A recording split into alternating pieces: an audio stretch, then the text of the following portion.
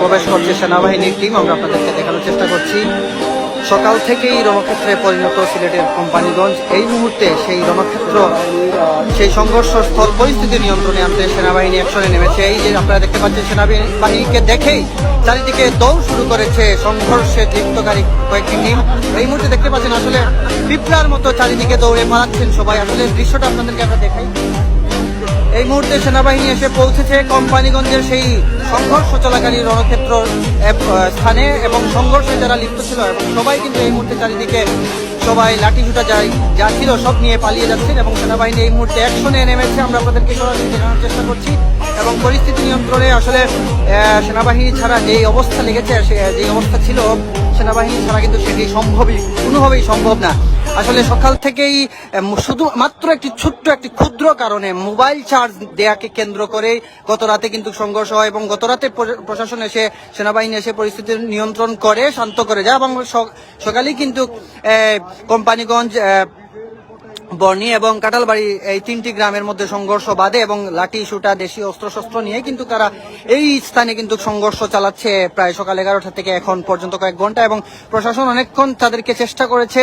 আমরা দেখেছি যে পুলিশের কয়েকটি টিম কিন্তু তাদেরকে মুখোমুখি যাতে সংঘর্ষ না হয় সেক্ষেত্রে অনেকের চেষ্টা করেছে, এবং যদিও অনেকটা চেষ্টার পরেও কিন্তু নিয়ন্ত্রণে আনা সম্ভব হচ্ছে না। এবং এই মুহূর্তে দেখতে পাচ্ছেন যে সেনাবাহিনীর টিম এই মুহূর্তে এসে ঘটনাস্থলে পৌঁছেছে, এবং দেখা যাক এখন এই মুহূর্তে কি হয় আসলে।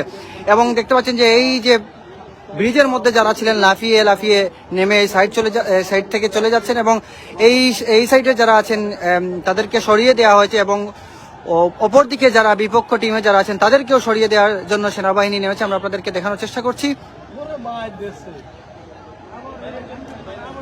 আমরা আপনাদেরকে সরাসরি দেখানোর চেষ্টা করছি। কে কোথায় থেকে লাইভটি দেখছেন একটু কমেন্ট করে জানাবেন, আপনারা কি লাইভটি দেখতে পাচ্ছেন কিনা ক্লিয়ার।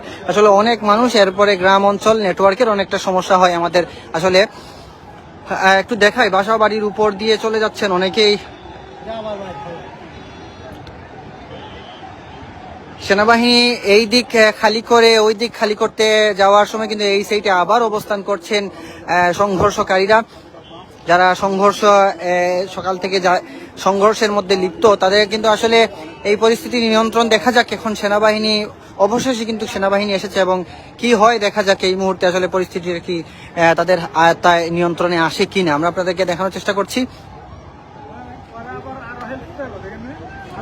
একজন কমেন্ট করছেন, দুলাল আহমদ ভাই বলছেন এবার মনে হয় পরিস্থিতি নীরব হবে সেনাবাহিনী আসায়। কমেন্ট করছেন আমাদের সাথে, আরো যারা কমেন্ট করে আছেন আমাদের সাথে থাকবেন।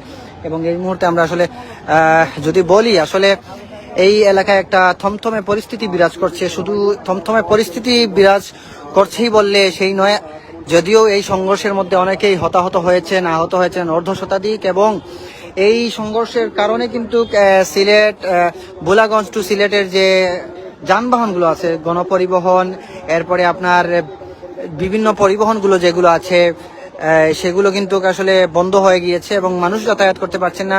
2-3 ঘন্টা থেকে মানুষ আটকা পড়েছেন এই রোডে। আসলে আমরা যদি বলি, এইখান থেকে একদম হাইটেক পার্কের আরো দূরে কিন্তু গাড়ি কিন্তু বিশাল একটি দীর্ঘ লাইন হয়েছে। আসলে পরিস্থিতি কতটা নিয়ন্ত্রণে আনতে পারবে সেনাবাহিনী এখন দেখা যাক। আমাদের সাথেই থাকুন।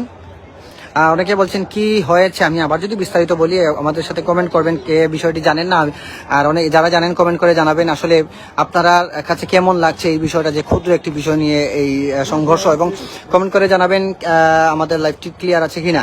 আসলে যদি আমি একটু বিস্তারিত বলি, গতকাল রাতে এই কোম্পানিগঞ্জের একটি দোকানে, যে কোনো একটি স্থানে, আমি আসলে এখানে সংঘর্ষ চলাকালীন কারোর সাথে কথা বলতে পারিনি, যতটুকু আশেপাশের লোকজন থেকে শুনেছি, একটি দোকানে মোবাইল